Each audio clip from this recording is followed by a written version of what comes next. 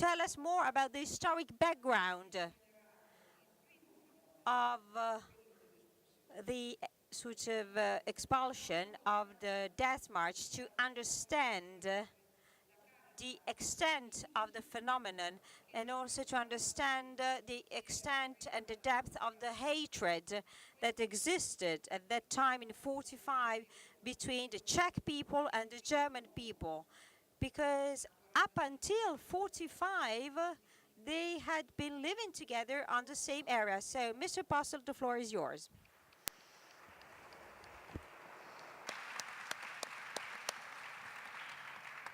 Madam President, dear colleagues, first of all, I would like to say to you that I am grateful for the invitation to this famous meeting in Rimini. I have a lot of Italian friends who were active here, and I'm deeply impressed by what you are doing. Now to the point. You can speak. Yeah. It is 100 years ago that we all here on the podium, not you, but we others, were citizens, or our forefathers were citizens of the same country. We were citizens of the Austrian Empire, or our forefathers. We were citizens of the Kingdom of Bohemia and Moravia and Silesia. And we were it for decades. We were it for centuries. The first Posselt is documented in the 12th century in Brno, and he was Rudolphus Possoldi Filius, so he wasn't the first one. And he was German-speaking. 2/3 of the inhabitants of our region were Czech-speaking, and 1/3 was German-speaking. And nearly all German-speaking citizens had some Czech forefathers, and nearly all Czech forefathers in the region had German forefathers. So it was a mixed region, and it was a common culture, and it was a very good relation among the, I wouldn't say nations, I would say speaking groups or language groups. Same culture but different languages. And this was destroyed in the 19th century by nationalism. And then we had a lot of problems. Nationalism on both sides, then the Nazi crimes before the World War and during the Second World War from the German side, and our minority was misused by the Nazis as fifth column, and many went with the Nazis and took part of the crimes, this is true, but not all of them and not the majority of them. After the war, there came the crimes of expulsion. 3 million German-speaking people were expelled from the Czech lands, if they were guilty or not. Children, old people were expelled. German-speaking Jews were expelled. They came from the concentration camps back, and then they were expelled because they were German-speaking. This was the idea of collective guilt to kick them out. About 3 million were kicked out. Then came the crimes of communism, and the communists used the feelings of the Czechs to make them anti-German and anti-Sudeten German, because they wanted to have the Iron Curtain and the hate among the peoples. And so there was a lot of bitterness on both sides, artificial supported by the communists because they used it for their force in the heart of Europe, to destroy the heart of Europe, to divide the heart of Europe. Thanks God, we had after the Second World War in the free world first chances of reconciliation. For example, my parents said very clear to us children, nationalism, also the nationalism of our families, has destroyed our families and our homeland.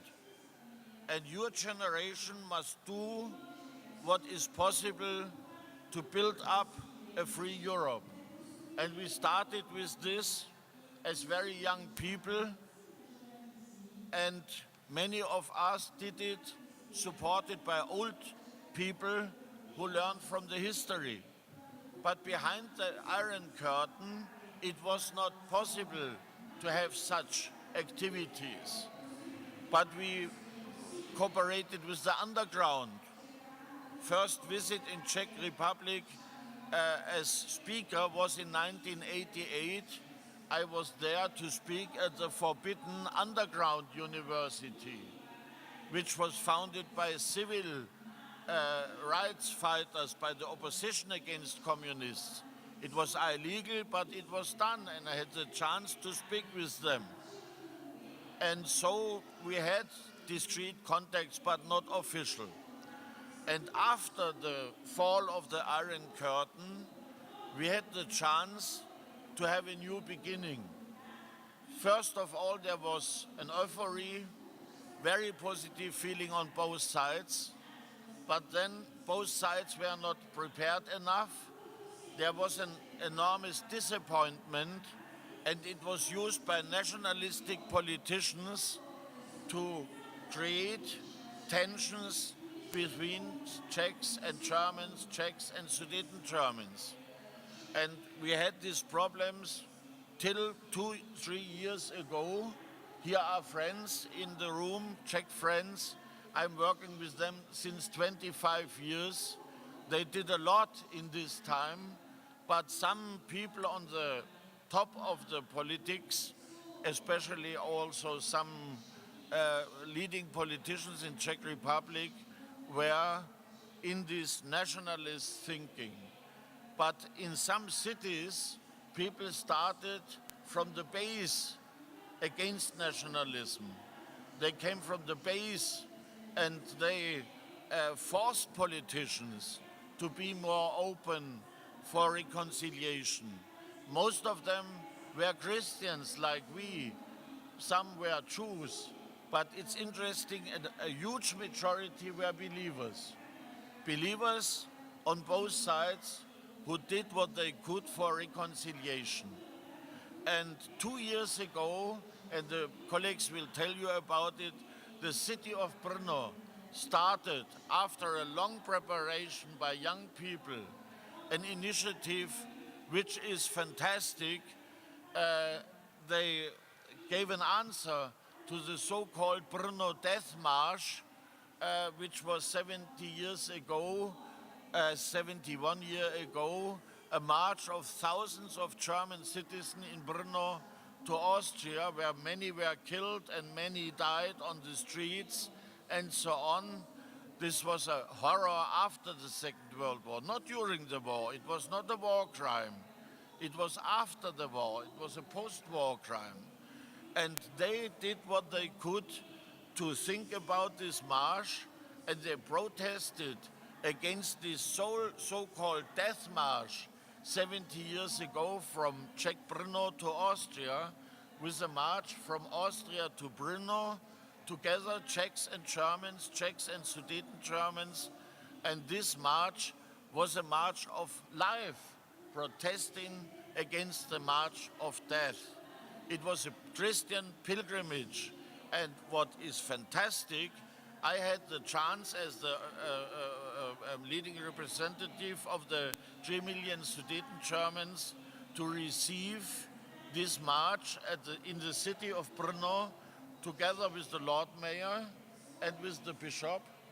They came, about 1,000, mostly young people, But among these people on the place, there were 25 survivors of the death march 71 years ago. This was extremely impressive.